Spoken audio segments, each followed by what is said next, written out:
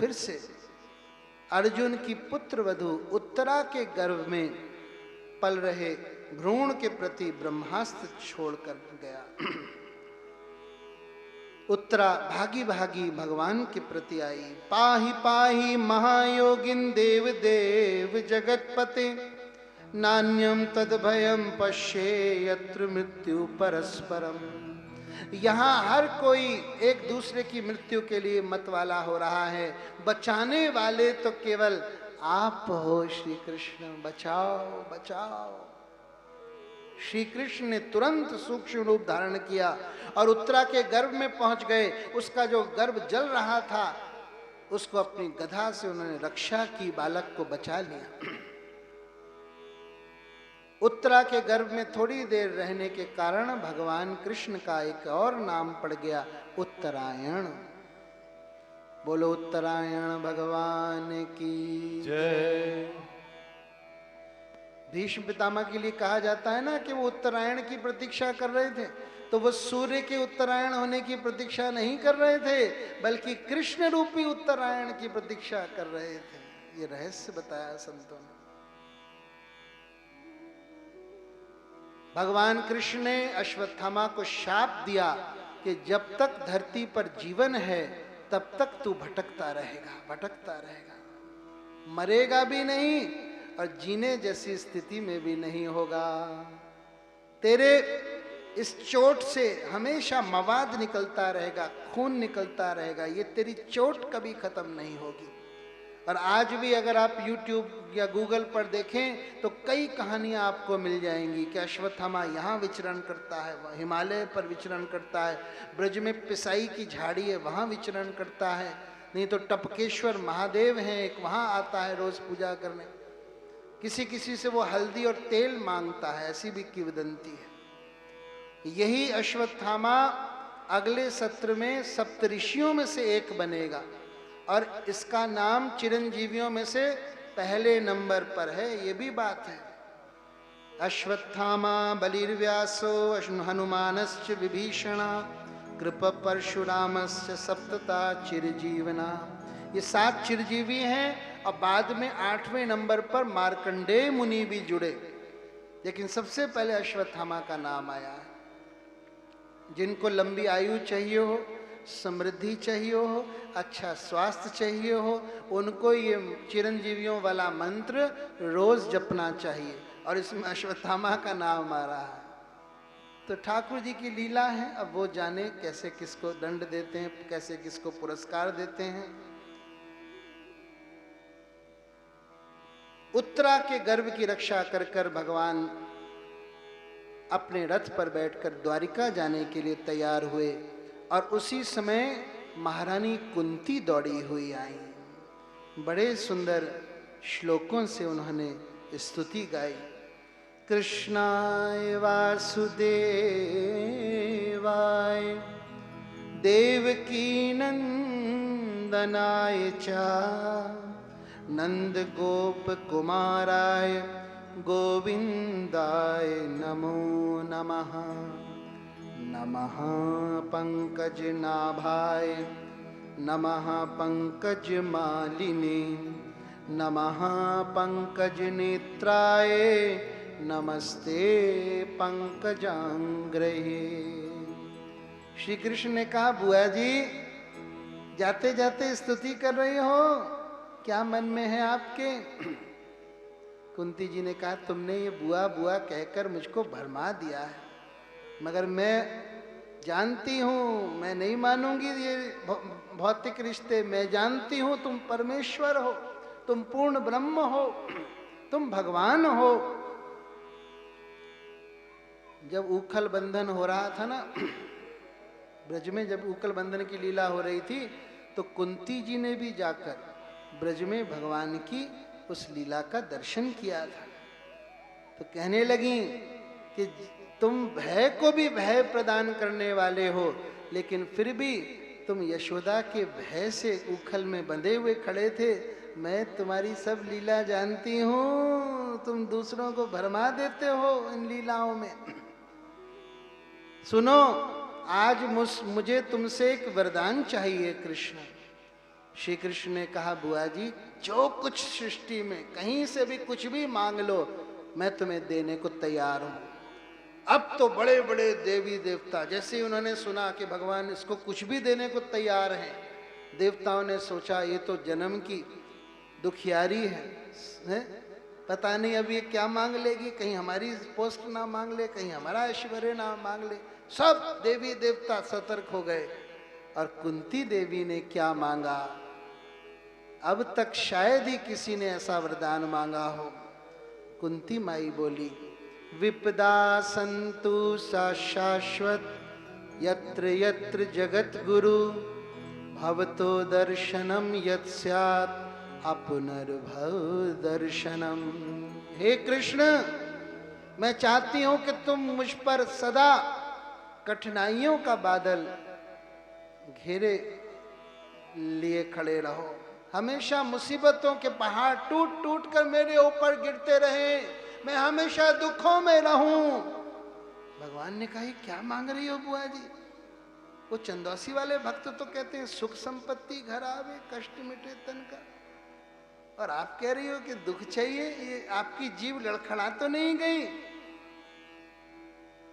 कुंती जी ने कहा बिल्कुल जो मैं कह रही हूं वही मेरा अर्थ भी है, क्योंकि जब जब हमारे ऊपर दुख आया तब उसको निपटाने के लिए तुम पीछे से आए, और अब सब दुख खत्म हो गए, सब संकट टल गए, तो अब तुम द्वारिका जाने को तैयार हो, हमको छोड़कर जा रहे हो। तो इससे अच्छा यह है कि हम सदा दुखों में रहें ताकि तुम हमारे साथ रहो, और तुम्हारे साथ रहने से फिर बार बार जन्म जन्मांतर का चक्र खत्म हो जाए। अपुनर्भव दर्शनम। ठाकुर जी की आंख नम हो गई।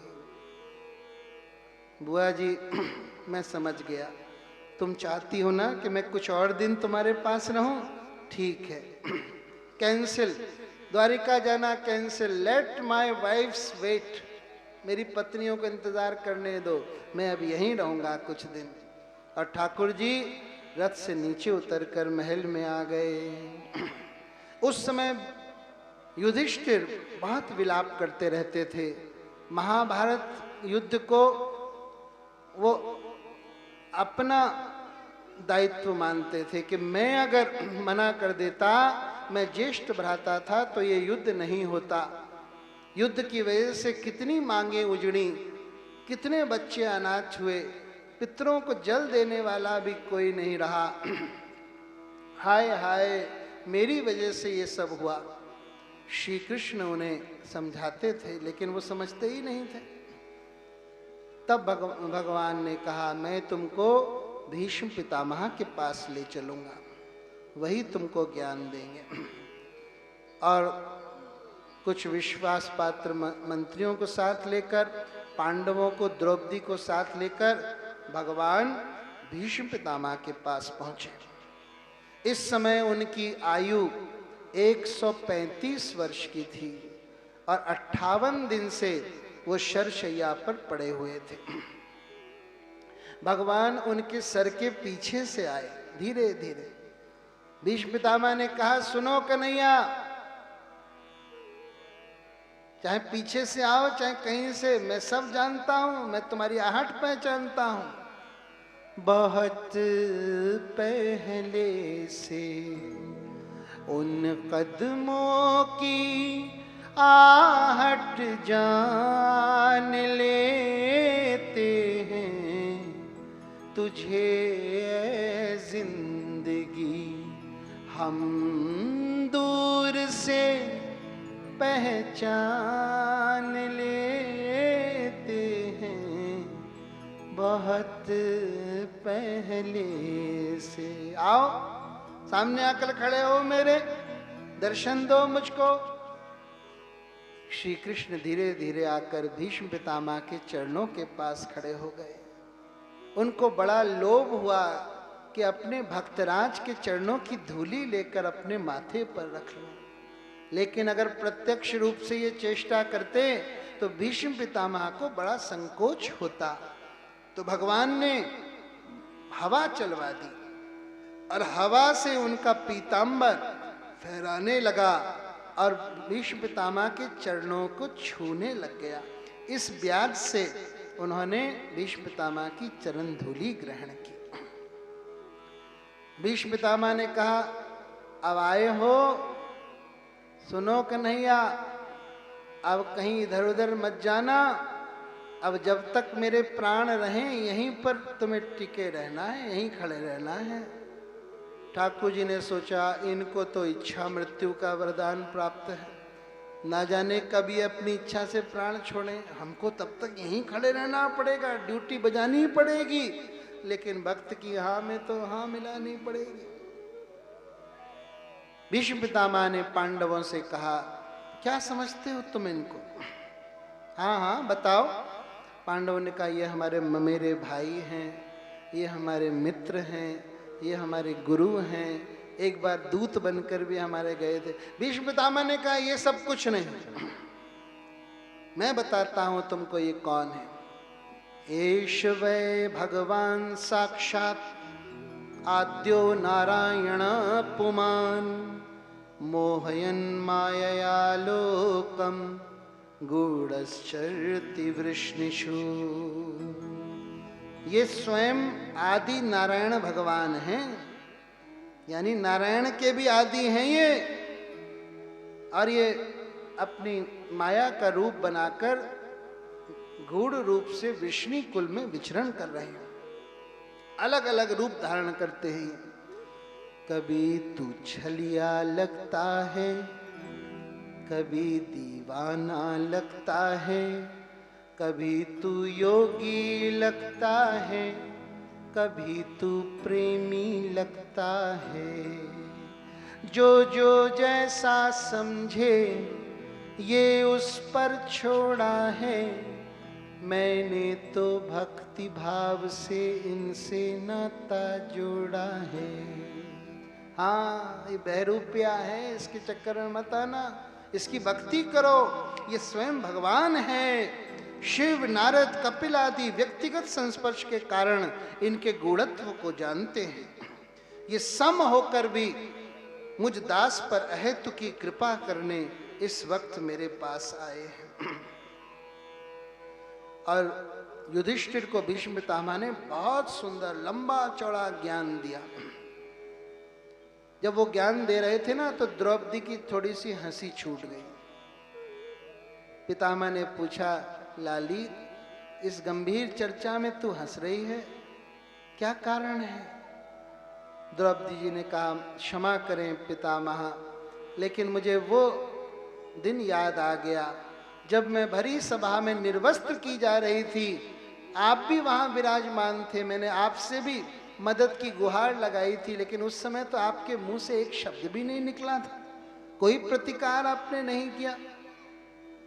उस समय आपका ज्ञान कहां चला गया था? आज तो बड़ा ज्ञान बखार रहे हैं आप। पितामह ने कहा, सच्ची कही तूने।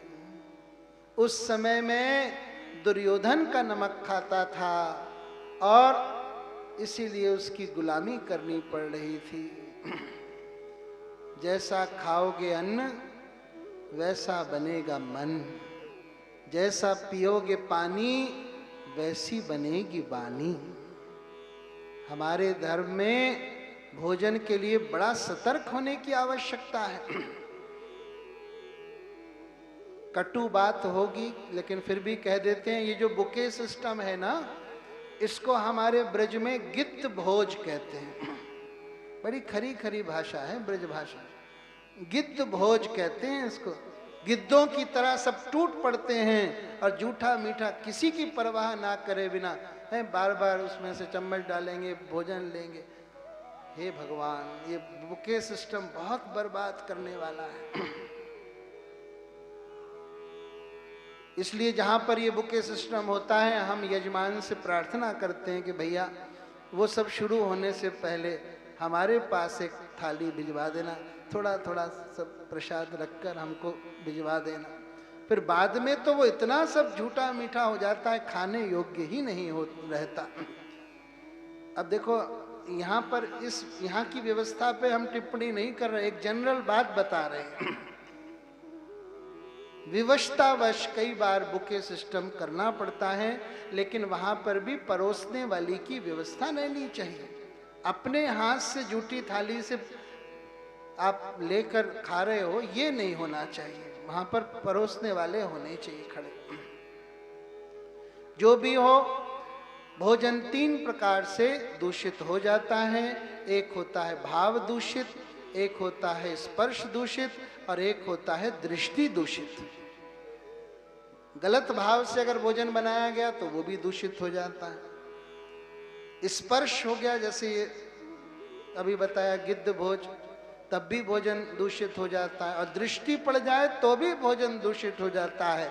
इसीलिए आपने देखा होगा, भगवान के लिए जो भोग ले जाया जाता है उसको कपड़े से ढककर ले जाया जाता है। किसी की अगर दृष्टि पड़ गई तो वो भगवान के भोग लगाने लायक नहीं रहा। तो भोजन खाने में, भोजन हमारे संतों ने कहा है, भोजन भजन के बराबर है, बल्कि भजन से भी बढ़कर है। भोजन ठीक होगा तो भजन ठीक होगा। तो भीष्म पितामह ने कहा, लाली, लेकिन अब तेरे पति अर्जुन के बाणों के कारण मेरे शरीर का कतरा कतरा सब बह गया रक्त का। इसलिए अब मेरी बुद्धि प्रकाशित हुई है और अब मैं धर्म का उपदेश दे पा रहा हूं। भीष्म पितामह ने श्री कृष्ण से पूछा, तुम ये तो बताओ नाथ कि मेरे किस जन्म का दंड मैं इस समय भोग रहा हूं। भगवान ने कहा, ये तो आपको पता ही होगा कि पिछले 100 जन्मों का जो फल है वो इस जन्म में वर्तमान में भोगना पड़ता है। भीष्म पितामह ने कहा, 100 जन्मों तक तो मैं देख पा रहा हूं, मुझे कुछ नहीं दिखा। भगवान ने कहा, और पीछे जाइए, 101 जन्म, 102, 103, 104, 105वें जन्म में देखिए, वहां पर एक राजा की सवारी आ रही थी और एक सांप रास्ते में पड़ा था। आपने उसको उठाकर कंटीली झाड़ियों पर फेंक दिया था और वहीं से बिंद कर उस सांप के प्राण निकले थे। उसी का कर्म भोग आप कर रहे हो अभी। भीष्म पितामह ने कहा, ओहो, इतना पुराना कर्म अभी भोगना पड़ रहा है। भगवान ने कहा, बीच में तुमने लगातार पुण्य पर पुण्य किए, इसलिए ये फलित नहीं हो पाया, लेकिन इस बार तुमने जो द्रौपदी को निर्वस्त्र करने में सहयोग दिया तो उसके साथ जुड़कर ये तुम्हारा पाप सामने आ गया है। भीष्म पितामह ने कहा, हे कृष्ण, मैं जानता हूं मेरे ऊपर तुम्हारी जो कृपा है वो अर्जुन से भी ज्यादा है। अर्जुन ने कहा, वो कैसे पितामह? भीष्म जी ने कहा, अरे अर्जुन तो महाभारत के युद्ध में तुम्हारा पिछवाड़ा देखता था और मैं सम्मुख होकर तुम्हारे दर्शन करता था, क्योंकि मैं विरोधी पार्टी में था। तो आज मुझे वो तुम्हारा रक्त रंजित वेश याद आ रहा है। एक प्रतिज्ञा तुमने भी ली थी कि तुम अस्त्र नहीं उठाओगे, और मैंने ऊपर से एक प्रतिज्ञा ली थी कि मैं अस्त्र धरा कर छोड़ूंगा, और तुमने मेरी यानी भक्त की प्रतिज्ञा का मान रखने के लिए अपनी प्रतिज्ञा छोड़ दी। बिंदु जी का बहुत सुंदर पद है इस बारे में। प्रबल प्रेम के पाले पड़कर हरि को नियम बदलते देखा, हरि को नियम बदलते देखा। खुद का मान टले टल जाए, भक्त का मान न टलते देखा, भक्त का मान न टलते देखा। बहुत भक्त वत्सल है भगवान। भीष्म पितामह ने कहा, प्रभु एक अंतिम ख्वाहिश है मेरी एक बेटी है।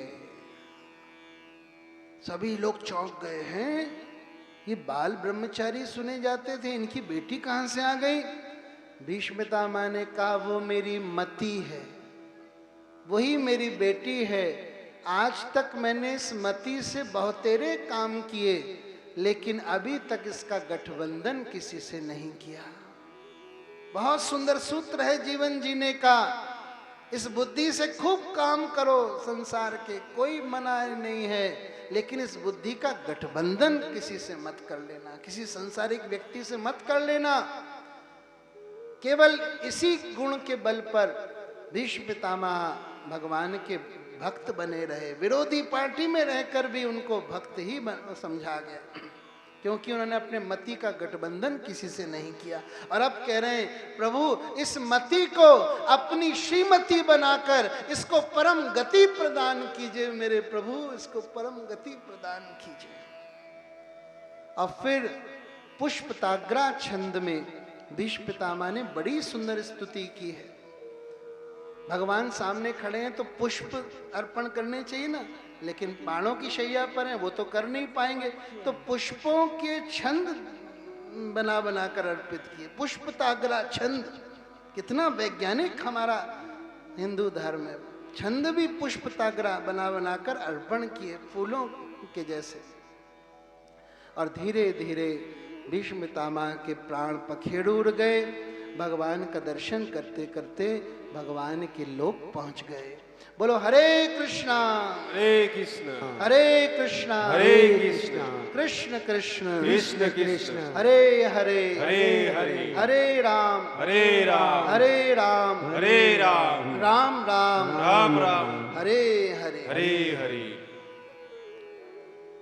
रामायण हमें जीने की कला सिखाती है और भागवत हमें मरने की कला सिखाती है। जीने की कला तो और भी बहुत लोग सिखा रहे हैं, एक पूरी सोसाइटी बनी हुई है इसके नाम पर, आर्ट ऑफ लिविंग।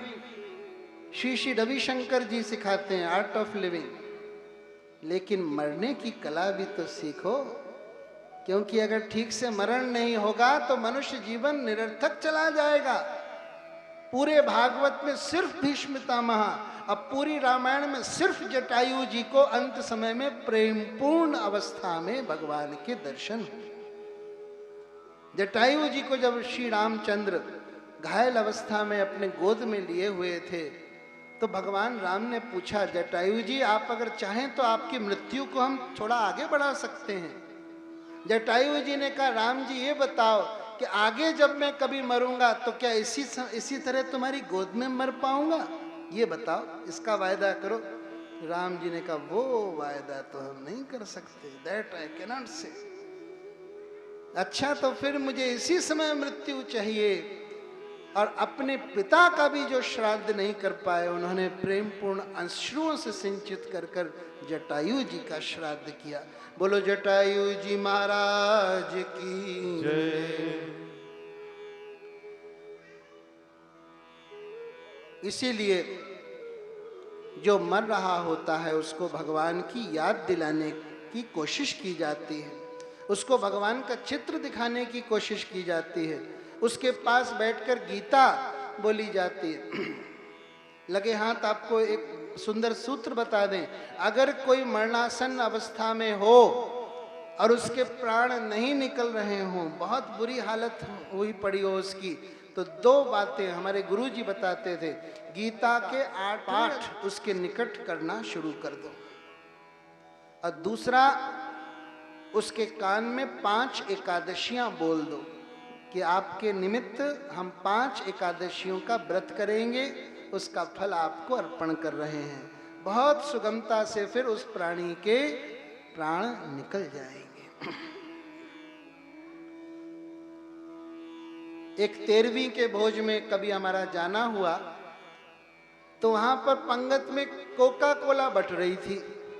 हमने पूछा ये कोका कोला क्यों बट रही भला? तो उन्होंने कहा हमारे जो वंश है इसमें भोलेनाथ की पूजा होती है, लेकिन हमारे पिता ज़्यादा पूजा पाठी नहीं थे, तो अंतिम समय में जब उनके प्राण छूट रहे थे तो भगवान की याद दिलाने के लिए हमने कहा, पिताजी बोलो भोला, पिताजी बोलो भोला।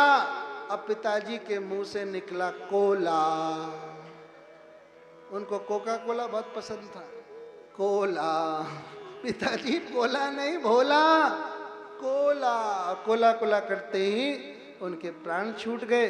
इसलिए उनकी मनपसंद चीज का भंडारा हो रहा है। तो भैया ऐसी नौबत ना आए, अंतिम समय भगवान की याद आ जाए, इसके लिए पूरा जीवन याद करने का प्रयास करना पड़ेगा। अब फिर भगवान का काम है। हम तो बस तेरा नाम जाने, बाकी तू जाने तेरा। हाँ, बस नाम उनका लेते रहो। बराह पुराण में भगवान ने कहा है, यदि जीवन भर कोई मुझे याद करने का अभ्यास करता है और अंत समय में किसी कारण उसके प्राण अवरुद्ध हो जाएं या वो मूर्छित हो जाए, तो मेरी जिम्मेदारी है, फिर मैं उसको याद कर कर, वो नहीं याद कर पा रहा तो मैं उसको याद कर कर अपने धाम में ले जाता हूं। बजाओ ताली। हाँ, तो आओ इन कृपालु दयालु भगवान के बारे में एक सुंदर सा पद गाएं। 2 दिन से एक महानुभाव फरमाइश कर रहे हैं वो पद गाने की, और हमें समय नहीं मिल रहा। बहुत सुंदर पद है, एक एक शब्द सार गर्भित है और मोती की तरह जड़ा है। हो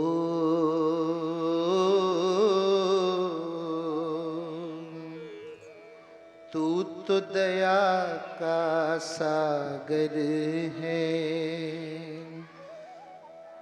मन मेरा फूटी गागर है।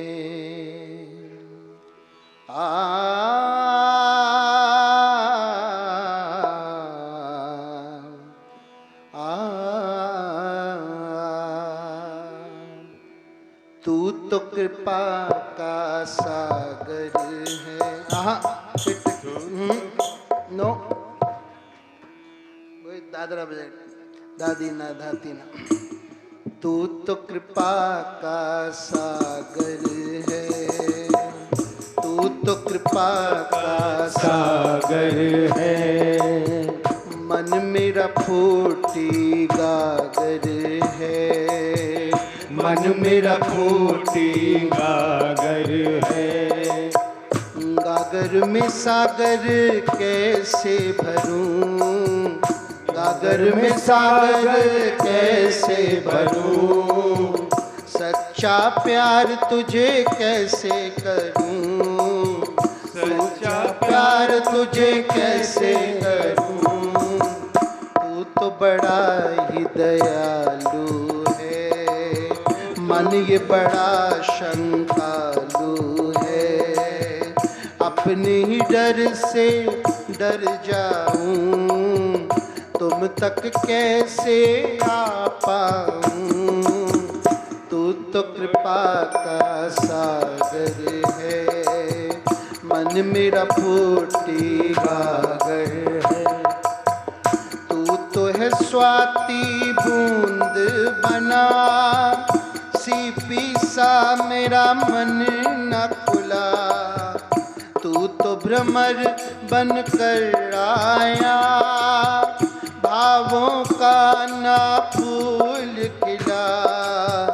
तू तो बरसता बादल है, मन ना चातक पागल है।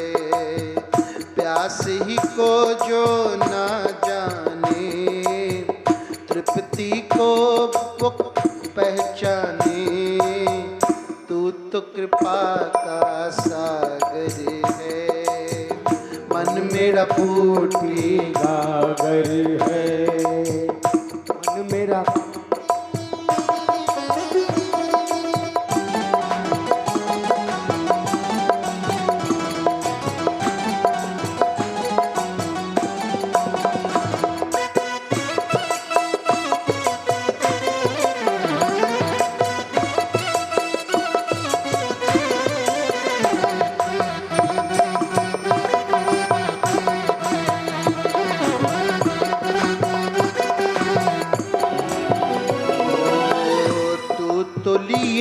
वरदान खड़ा, झोली मेरी ना फैली।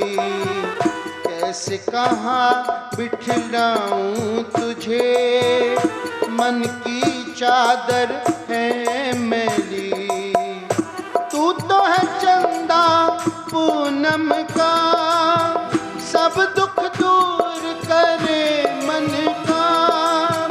नैन चकोरना जिसने किए, रूप किरण को क्या वो पिए, तू तो कृपा का सागर है, मन मेरा फूटी गागर है।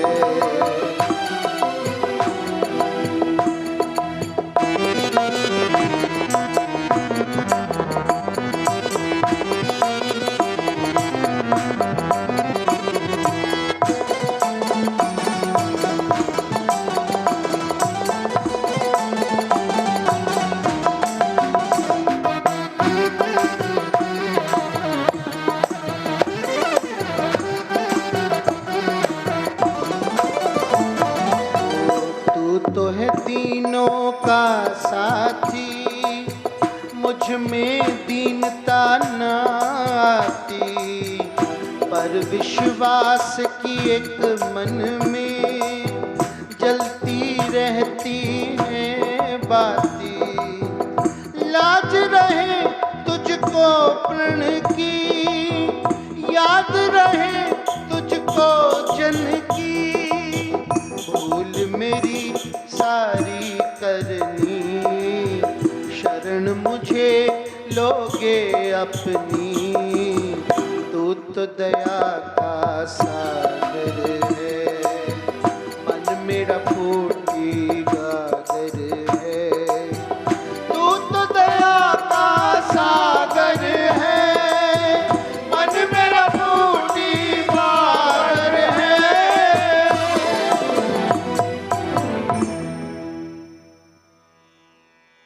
बोलो श्री रामचंद्र भगवान की जय, श्री कृष्ण चंद्र भगवान की जय, भक्तवत्सल भगवान की जय। और फिर भगवान श्री कृष्ण द्वारिका के लिए प्रस्थान कर गए। महाभारत के युद्ध के बाद 35 वर्ष तक भगवान श्री कृष्ण इस धराधाम पर रहे। बीच बीच में अर्जुन उनके पास द्वारिका रहे आते थे, लेकिन एक बार फिर जब गए तो 6-7 महीने तक नहीं लौटे। युधिष्ठिर जी को अलग अलग अशुभ संकेत होने लगे, बाएं अंग फड़कने लगे, गौओं ने दूध देना छोड़ दिया, खड़ी खड़े रोने लगी, जल स्रोतों में उफान आ गया, कौवे उल्लू चीखने लगे। और उसी समय अर्जुन ने सभा में प्रवेश किया। युधिष्ठिर ने देखते ही प्रश्नों की झड़ी लगा दी, ऐसा हुआ, क्या हुआ? अर्जुन ने कोई उत्तर नहीं दिया और केवल रो पड़े। कहने लगे, मैंने उन्हें गंवा दिया जिनके बिना मेरे लिए सारा ब्रह्मांड बेकार है। उन्होंने मुझे शिव जी तक को चौंकाने की शक्ति दी थी, दुर्वासा जी के कोप से हमें बचाया था, कुरुक्षेत्र में मेरा बाल भी बांका नहीं होने दिया था। कितनी सुंदर गीता उन्होंने मुझे सुनाई थी। उनके विभिन्न प्रकार के संबोधन मुझे आज याद आ रहे हैं। कभी भारत कहते थे, कभी कौन्तेय कहते थे, कभी धनंजय कहते थे, कभी पार्थ कहते थे, और आज मुझे गीतोपदेश याद आ रहा है। वही रथ है, वही गांडीव है, लेकिन मैं कोल भीलों द्वारा हराया गया हूं। इस बारे में तुलसीदास जी का बहुत सुंदर दोहा है। तुलसी नर को कहा बड़ा, समय बड़ा बलवान, भीलन लूटी गोपिका, वही अर्जुन वही बाण। समय बलवान होता है भैया। अब मेरा पौरुष केवल राख पर घी डालने, जादू के रुपए बनाने अब बंजर में बीज बोने जैसा है। सब यदुवंशी ब्राह्मणों द्वारा शापित होकर आपस में ही डंडों से मर मर कर खत्म हो गए हैं। केवल 4-5 बचे हैं। कुंती मैया ने जैसे ही सुना कि कृष्ण नहीं रहे, उनके मुख से केवल आवाज आई, हा कृष्ण, और वहीं उनका देह छूट गया। इसको कहते हैं प्रेम। बस कृष्ण नहीं रहे, अब क्या करना है संसार में रहकर। पांडव भी विरक्त हो गए।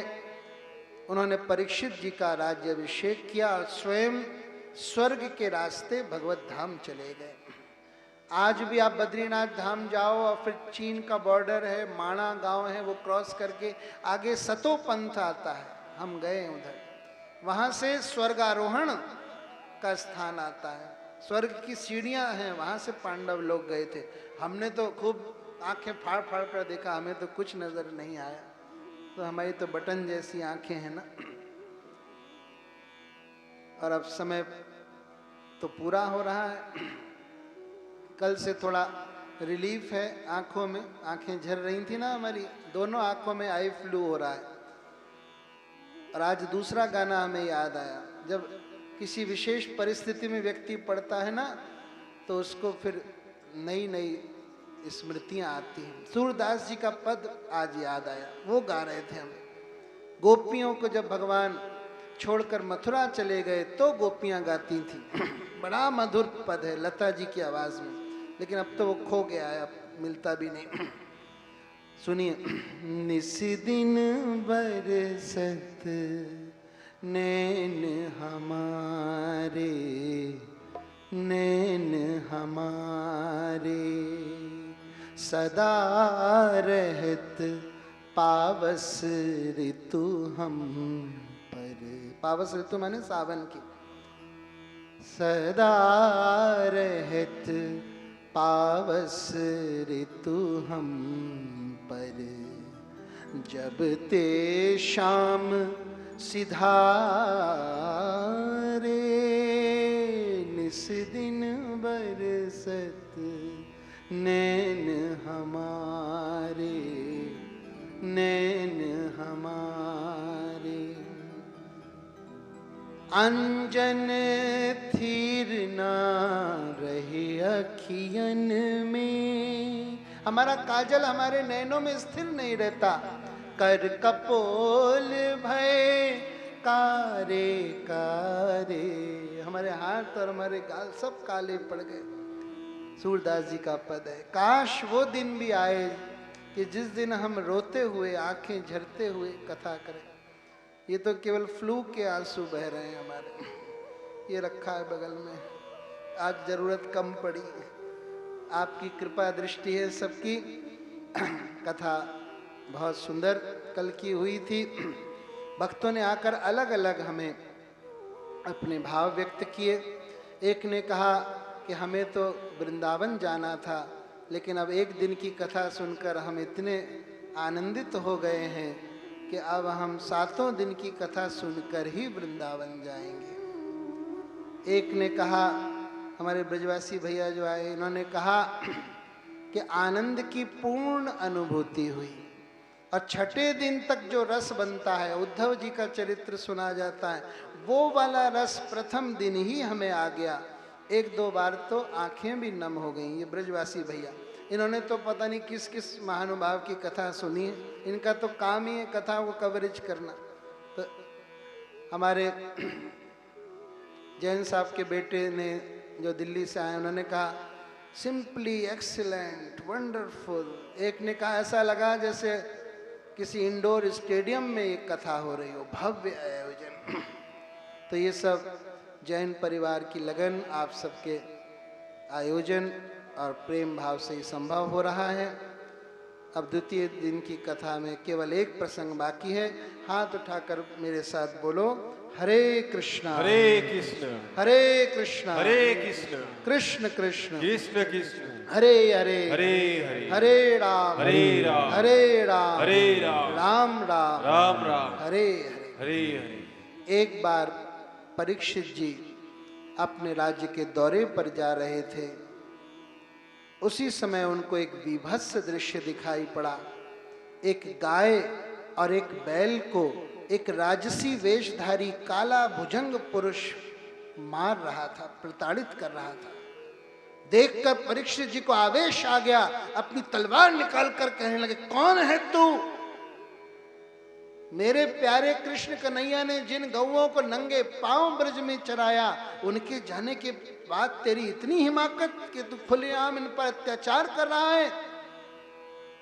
वो व्यक्ति तुरंत शरण में आ गया, साष्टांग प्रणाम किया उसने और कहने लगा, मेरा नाम कलयुग है।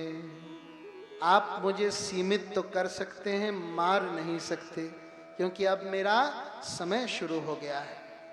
परीक्षित ने कहा, अपना गुण और दोष बता। इसने कहा, महाराज मैं तो दोषों का भंडार हूं, दोषों की तो गिनती ही नहीं है, लेकिन दो बड़े विशेष गुण भी हैं मुझ में। बताओ क्या गुण है? परीक्षित जी ने कहा। कलयुग ने कहा, एक तो हमारे युग में केवल भगवान नाम लेने के द्वारा ही लोग भव सागर तर जाएंगे, बड़ी बड़ी साधनाएं तपस्याएं कुछ नहीं करनी पड़ेंगी। कलयुग केवल नाम आधारा, सुमर सुमर नर उतरहि पारा। परीक्षित जी ने कहा, और दूसरा गुण? दूसरा गुण यह है कि हमारे युग में कोई मन से अगर पाप करेगा तो उसका फल नहीं मिलेगा, लेकिन मन से पुण्य करेगा तो उसका फल अवश्य मिलेगा। कलयुग एक पुनीत प्रतापा, मानस पुण्य होए नहीं पापा। रामचरितमानस में चौपाई है। अगर हम चाहें तो इस चीज का बहुत ज्यादा हम फायदा उठा सकते हैं। मन से केवल पुण्य करो, कोई रोक रहा है? उसके लिए क्या बहुत कुछ सामग्री चाहिए? एकदम निर्धन भी होकर तुम खूब धन धान्य से मन में करो, मानसी सेवा करो ठाकुर जी की, देखो उसका यथार्थ में फल मिल जाएगा। ये कलयुग का गुण है, हम इसकी उपयोगिता नहीं समझते। और मन से पाप करोगे तो उसका फल नहीं मिलेगा, ये रियायत है कलयुग में। परीक्षित जी ने सुना तो कहने लगे, वाह, ये दो गुण तुम्हारे सारे दोषों को मलिन कर रहे हैं, उस पर हावी हो रहे हैं, तो मैं तुम्हारी जान बख्शता हूं। कलयुग ने कहा, मुझे रहने का स्थान प्रदान कीजिए, आप यहाँ के राजा हैं। परीक्षित जी ने कहा, ठीक है, जहां मांसाहार हो वहां तुम रहना, जहां जुआ खेला जाए वहां तुम रहना, जहां मदिरा पान हो वहां तुम रहना, और जहां अवैध स्त्री या पुरुष का संग हो वहां तुम रहना। कलयुग ने कहा, महाराज आपने हमारी बदसूरत शक्ल देखी तो हमको स्थान भी ऐसे सब दे दिए। ये सब स्थान तो आपके राज्य में अभी हैं भी नहीं, कोई यथार्थ में रहने का स्थान दीजिए, हमारा कुनबा बहुत बड़ा है। परीक्षित जी ने फिर आनन फानन में 5वां स्थान दे दिया, स्वर्ण। अब इसके बारे में लोग पूछते हैं कि भगवत गीता में तो भगवान ने स्वर्ण को अपनी विभूति बताया है, धातुओं में मैं स्वर्ण हूं ऐसा कहा है, और यहां कहा जा रहा है कि कलयुग का वास है स्वर्ण में, तो क्या हम समझें?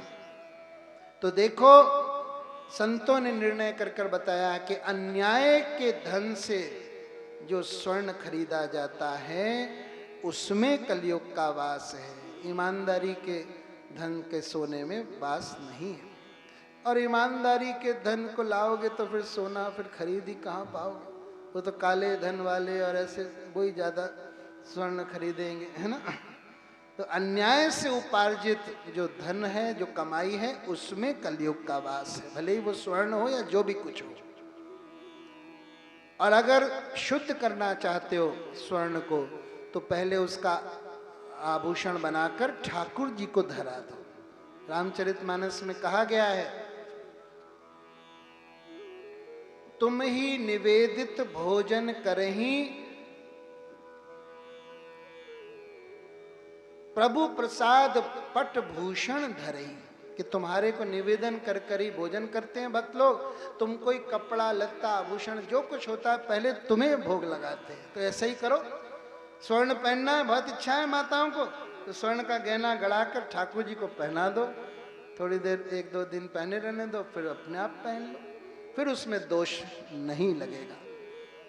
या स्वर्ण के साथ में और धातु मिश्रित करा लेते हैं तो भी फिर स्वर्ण का दोष नहीं लगता। लेकिन परीक्षित जी भूल गए कि वो तो स्वयं सिर पर स्वर्ण का मुकुट धारण किए हुए हैं। और अगले दिन तो उनकी मति ऐसी खराब हुई कि उन्होंने खजाने में जाकर और जरासंध का मुकुट धारण कर लिया। जरासंध 1 नंबर का अन्यायी राजा था। फिर तो बिल्कुल ही मति भ्रष्ट हो गई। शिकार खेलने का मन आ गया। आज तक कभी शिकार खेलने नहीं गए थे। शिकार खेलने गए, अपनी सैन्य टुकड़ी से विलग हो गए, भूख प्यास से व्याकुल होकर एक साधु की कुटिया में पानी मांगने लगे। साधु समाधिस्थ थे, उन्होंने कोई जवाब नहीं दिया। इन्होंने सोचा जानबूझकर बहरा बना हुआ है, और इन्होंने एक सांप को अपने धनुष की नोक पर रखकर और उस साधु के गले में डाल दिया। उस साधु का नाम था शमीक मुनि। उनका बेटा श्रृंगी मुनि नदी में स्नान कर रहा था। जब उसको खबर लगी तो तुरंत उसने शाप दे दिया कि मेरे पिता के गले में सांप लटकाने वाले राजा का आज से 7वें दिन तक्षक नाग के दंश से निधन हो जाएगा। पिता ने जब सुना तो बहुत डांटा उसको। अरे तुझे पता नहीं ये राजा कितना विलक्षण है, अपने माँ के पेट में ही इसने ईश्वर का साक्षात्कार कर लिया था। अब ऐसा राजा नहीं आएगा। अब जितने भी आएंगे सब धर्म निरपेक्ष राजा आएंगे, सेक्युलर राजा आएंगे। बड़े भाग्य से तो हमको अभी मिले हैं ये मोदी और योगी, वरना ऐसे राजा थोड़ी मिलते हैं साधारणतः।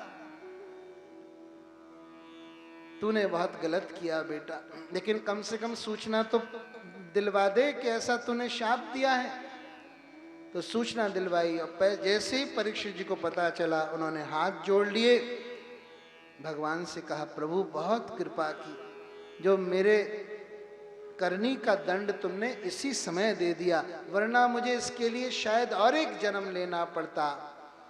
परीक्षित जी ने स्वीकार किया अपने दंड को। ऐसा ही हमारा जीवन होना चाहिए। दुनिया के काम करते चलो, लेकिन जब भगवान का बुलावा आए तो सब छोड़ने में तनिक भी देरी मत लगाओ, छोड़ दो सब, ऐसे रहो।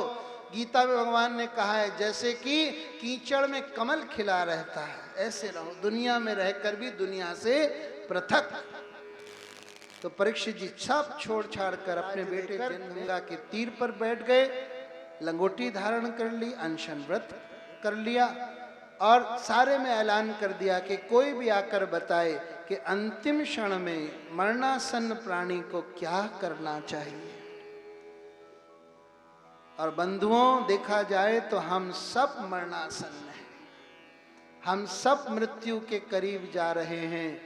धीरे धीरे धीरे हम मर ही तो रहे। लोग जन्मदिन मनाते हैं, आज हमारा 25वां जन्मदिन है। अरे भले मानस, 25वां जन्मदिन नहीं है, बल्कि तेरे टोटल आयु में से 25 कट हो गए। अब मरण के और करीब पहुंच गया तो 1 साल और। दूसरी दृष्टि से देखा जाए तो ये संसार एक जेल है, और जेल में दाखिल होने की तिथि है हमारा जन्मदिन।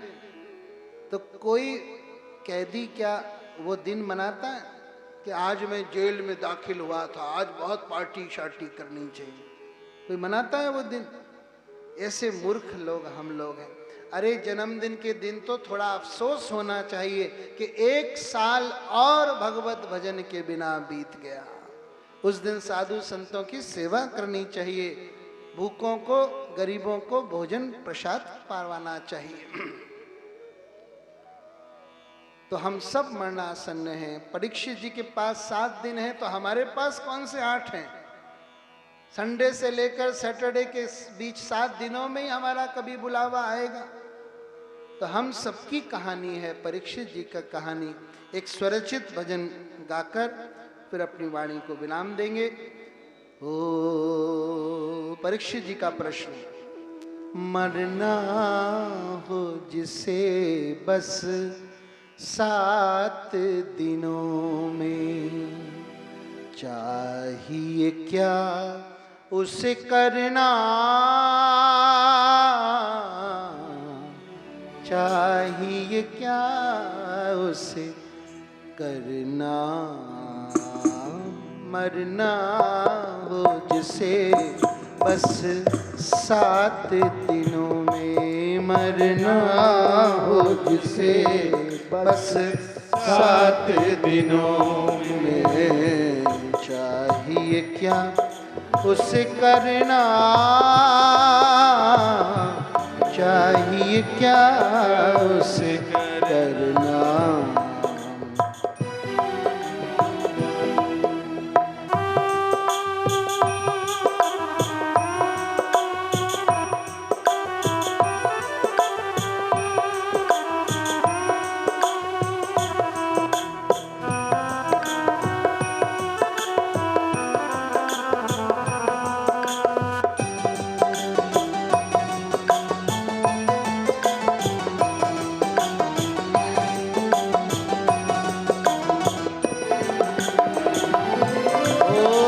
अनादि कर्म का बंध काटने वो इस जग में आया था।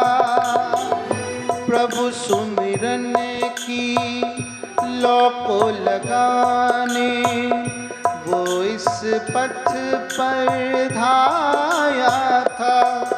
लगा हो शाप जिसे भ्रष्ट मति का, लगा हो शाप जिसे भ्रष्ट मति का, चाहिए क्या उसे करना,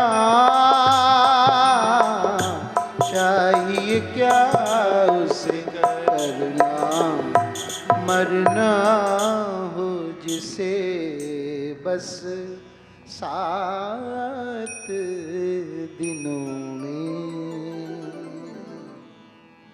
बोले श्री परीक्षित जी महाराज की जय। और परीक्षित जी ने तो थोड़ी देर आंख बंद कर कर ध्यान लगाया और आंख खोली तो देखा तमाम सारी भीड़ जुटी हुई है साधु संतों की। परीक्षित जी ने सोचा मेरे ऊपर वरदान लगा है या शाप। इतने सारे संतों के तो हमने कभी दर्शन भी नहीं किए, सब इनके दर्शन को आ गए, बताने को आ गए। मुंडेर मुंडेर मतिर भिन्ना, जितने लोग उतनी बातें। कोई कह रहा है महाराज जी आप यज्ञ कीजिए, कोई कह रहा है तीर्थ यात्रा कीजिए, कोई कह रहा है स्वाध्याय कीजिए, कोई कह रहा है व्रत उपवास कीजिए, कोई कह रहा है दान कीजिए। परीक्षित जी को कुछ समझ में नहीं आ रहा था कि क्या करूं क्या ना करूं। उसी समय नारद जी की प्रेरणा से परमहंस श्री सुखदेव गोस्वामी जी वहां पर पधारे, दिगंबर वेश में हैं और गांव के बदमाश बच्चे उनको पत्थर मारते हुए आ रहे हैं, पागल बाबा कहते हुए।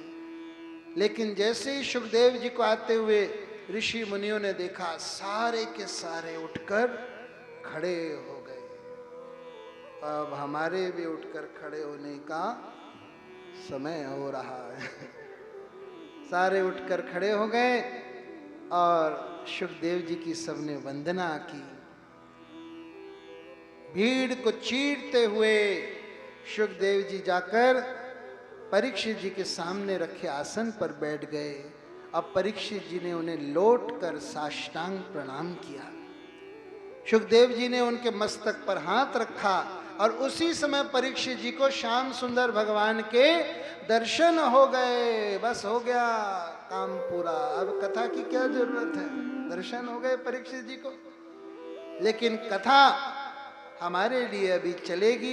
कल से हम सुखदेव जी के वचनों का श्रवण करेंगे। महाराज परीक्षित जी की बुद्धि भ्रमित होने का मूल कारण भगवान की इच्छा थी। परीक्षित जी अल्पायु थे क्योंकि माँ के ही गर्भ में अश्वत्थामा के ब्रह्मास्त्र ने उन पर अटैक किया था, तो वहां से तो बच गए थे। लेकिन ब्रह्मा जी का अस्त्र है तो उसका कुछ सम्मान तो करना पड़ेगा, तो अल्पायु हो गए थे। अल्पायु तो वो थे ही, लेकिन अगर शाप नहीं लगता तो उनके मन में इतनी विकलता उत्पन्न नहीं होती। अब विकलता उत्पन्न नहीं होती तो सुखदेव जी की करुणा नहीं उमड़ती। और सुखदेव जी की करुणा नहीं उमड़ती तो हमको ये भागवत जी का रस शास्त्र नहीं मिलता। तो जो भी कुछ होता है सब उन्हीं की इच्छा से होता है। सुखदेव जी कोई गुरु मात्र नहीं है, वो सदगुरु हैं। गुरु और सदगुरु में भी सूक्ष्म भेद होता है भैया। रामचरितमानस में गुरु शब्द अनेकों बार कहा गया है, लेकिन सदगुरु शब्द केवल 4 बार कहा गया है। हमारे शास्त्रों में गुरु का प्रणाम मंत्र अलग है और सदगुरु का प्रणाम मंत्र अलग है। अब बता दें अंतर क्या है। गुरु कोई जीवात्मा ही होती है जो भगवान का प्रतिनिधि बनकर हमारे जीवन में मार्गदर्शन कराने आता है, लेकिन सदगुरु साक्षात भगवत अंश होता है, कोई जीवात्मा नहीं होता, भगवत अवतारी होता है सदगुरु। और वो केवल मार्गदर्शन नहीं करता बल्कि हमारा हाथ पकड़कर हमको मंजिल पर ले जाकर छोड़ता है। जैसे नारद जी सदगुरु हैं, दत्तात्रेय सदगुरु हैं, वेद व्यास जी सदगुरु हैं, रामानंद स्वामी रामानंदी संप्रदाय के जो मूल आचार्य हैं, भक्तमाल में उनके लिए लिखा है कि जो काम राम जी भी नहीं कर सके वो राम जी के अवतार रामानंद स्वामी जी ने किया। राम जी ने तो केवल पत्थरों का सेतु बना दिया सागर को इधर से उधर पार करने के लिए, लेकिन रामानंदाचार्य जी ने जीवों के इस लोक से परलोक पार करने का सेतु बना दिया, ऐसा लिखा है। रामानंद आचार्य जी स्वयं राम अवतीर्ण हुए थे। तो ये सब सदगुरु श्रेणी के संत हैं। सुखदेव जी भी सदगुरु हैं, साक्षात नंद नंदन भगवान ही सदगुरु के सुखदेव जी के रूप में आए थे। क्योंकि महाभारत में लिखा है कि जब तक परीक्षित जी को सुखदेव जी ने कथा सुनाई तब तक सुखदेव जी का परलोक गमन हो चुका था, उनका शरीर तब था ही नहीं महाभारत के अनुसार। तो ये कौन सुखदेव जी आए हैं? ये साक्षात भगवान ही सुखदेव जी का रूप धर कर आए हैं। तो सुखदेव जी को बार बार नमन, और कृपया कर आप सब लोग उठ के खड़े हो जाइए। पंडित जी को माइक दे रहे हैं। श्रीराधे बोलो सुखदेव जी महाराज। आज कथा का द्वितीय दिवस का यहीं पे विश्राम हुआ है। हमारे जो कथा के मुख्य यजमान है और माता जी वो मंच में आकर के प्रधान आरती करेंगे, और सभी लोग जो आरती के लिए एकाग्रित होते हैं आगे को तेरी आरती गाऊं, बांके बिहारी तेरी आरती गाऊं, आरती गाऊं प्यारे तुमको रिझाऊं, आरती गाऊं प्यारे तुमको रिझाऊं, श्याम सुंदर तेरी मेरो मन मोहे, प्यारी बंसी मेरो मन मोहे, देख छवि बलिहारी जाऊं, देख छवि बलिहारी जाऊं, आरती गाऊं प्यारे तुमको रिझाऊं, आरती गाऊं प्यारे तुमको रिझाऊं, हे गिरिधारी तेरी आरती गाऊं, हे गिरधारी तेरी आरती गाऊं, चरणों से निकली गंगा प्यारी, चरणों से निकली गंगा प्यारी, जिसने सारी दुनिया तारी, जिसने सारी दुनिया तारी, उन चरणों के मैं दर्शन पाऊं, उन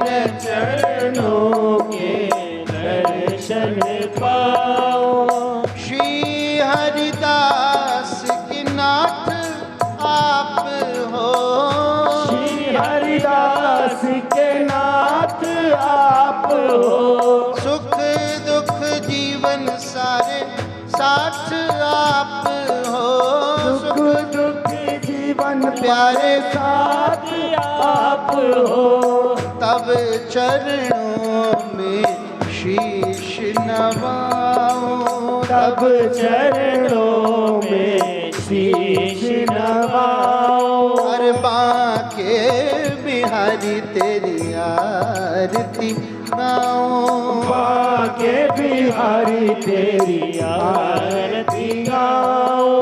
हरे कृष्णा कृष्ण कृष्णा हरे हरे, हरे राम राम राम हरे हरे। हरे कृष्णा कृष्णा कृष्णा हरे हरे, हरे राम राम राम हरे हरे। हरे कृष्णा कृष्ण कृष्ण हरे हरे, हरे राम राम राम हरे हरे। हरे कृष्णा कृष्ण कृष्ण हरे हरे, हरे राम राम राम हरे हरे। हरे कृष्णा कृष्ण कृष्ण हरे हरे, हरे राम राम राम हरे हरे। हरे कृष्णा कृष्ण कृष्ण हरे हरे, हरे राम राम राम हरे हरे। हरे कृष्णा कृष्ण कृष्ण हरे हरि हरे, बोल। हरे राम राम राम सभी गाए। हरे हरे कृष्णा कृष्ण कृष्ण हरे हरे, हरे राम राम राम हरे हरे। हरि बोल हरि बोल हरि बोल हरि बोल हरि बोल। हरि बोल हरि बोल हरि बोल। निताई गौर हरि सभी गाए। हरि बोल हरि बोल हरि बोल। हरि बोल हरि बोल हरि बोल हरि हरि बोल। देवो शांतिरंतर चकुं शांति पृथ्वी शांतिरापः शांतिरोगतयः शांति वनस्पतयः शांतिष्वे देवाः शांति ब्रह्म शांति सर्वगुण शांति शांतिरेव शांति श्यामा शांतिरेधि। मंत्र पुष्पांजलि। सभी के पास आरती आ रही, सभी लोग आरती दर्शन करें और सभी लोग हाथ में पुष्प चावल लेकर के भगवान की पावन पुष्पांजलि करें। जिसके पास पुष्प चावल नहीं आए तो हाथ जोड़कर करबद्ध प्रार्थना करके प्रार्थना करें। हरि ओम मा ओम जदने नमयंत देवस्तानि धर्मान् प्रथमान्यासन्नाते हनाकं महिमानः सचन्द जत्र पूर्वे साध्याः सन्ति देवाः। हरि ओम एकदन्ताय विद्महे वक्रतुण्डाय धीमहि तन्नो दन्तिः प्रचोदयात्। हरि ओम कात्यायनी च विद्महे कन्याकुमारी च धीमहि तन्नो श्रीदेवी प्रचोदयात्। हरि ओम तत्पुरुषाय विद्महे महादेवाय धीमहि तन्नो रुद्रः प्रचोदयात्। हरि ओम रामदूताय विद्महे वायुपुत्राय धीमहि तन्नो हनुमत् प्रचोदयात्। हरि ओम नारायणाय विद्महे वासुदेवाय धीमहि तन्नो श्री विष्णुः प्रचोदयात्। हरि ओम महालक्ष्मी च विद्महे विष्णुपत्न्यै च धीमहि तन्नो लक्ष्मीः प्रचोदयात्। हरि ओम नंदनंदनायै च विद्महे यशोदानंदनायै च धीमहि तन्नो श्रीकृष्णः प्रचोदयात्। हरि ओम वृषभानुसुतायै च विद्महे कृष्णप्रियायै च धीमहि तन्नो श्रीराधः प्रचोदयात्। हरि ओम हंस हंसायै च विद्महे परमहंसायै च धीमहि तन्नो श्री शुकदेवः प्रचोदयात्। सेवन्ति काव्यकुलचम्पकपाटलाब्जै पुनः गजादिकरबिलरशालपुष्पै बिल्वप्रवाह तुलसीदलमञ्जरीभिः त्वां पूजयामि जगदीश्वर मे प्रसीद। नानासुगन्धपुष्पाणि यथा कालोद्भवानि च पुष्पांजलि मया दत्त ग्रहण परमेश्वर। श्रद्धया सिक्तया भक्त्या हार्द प्रेम्णा समर्पयेत् मंत्र पुष्पांजलिश्चायं परिपूर्णं तदस्तु मे। ओम पुराण पुरुषोत्तमाय नमः, श्री बालकृष्णाय नमः, श्री नंदनंदनाय नमः। मंत्र पुष्पांजलि समर्पयामि। बोलो श्रीमद्भागवत महापुराण की। आवाज नहीं आ रही है आप लोगों की। बोलो बालकृष्ण भगवान की, राधा रमण सरकार की जय, व्यास जी महाराज की जय, श्री बांके बिहारी की जय, उमापति महादेव की जय, पवन सुत हनुमान जी महाराज की जय, गंगा मैया की जय, यमुना महारानी की जय, वृंदा महारानी की जय। धर्म की अधर्म का, प्राणियों में विश्व का, सनातन धर्म की, गौ माता की जय। नमः पार्वती पतये हर हर महादेव शंभु।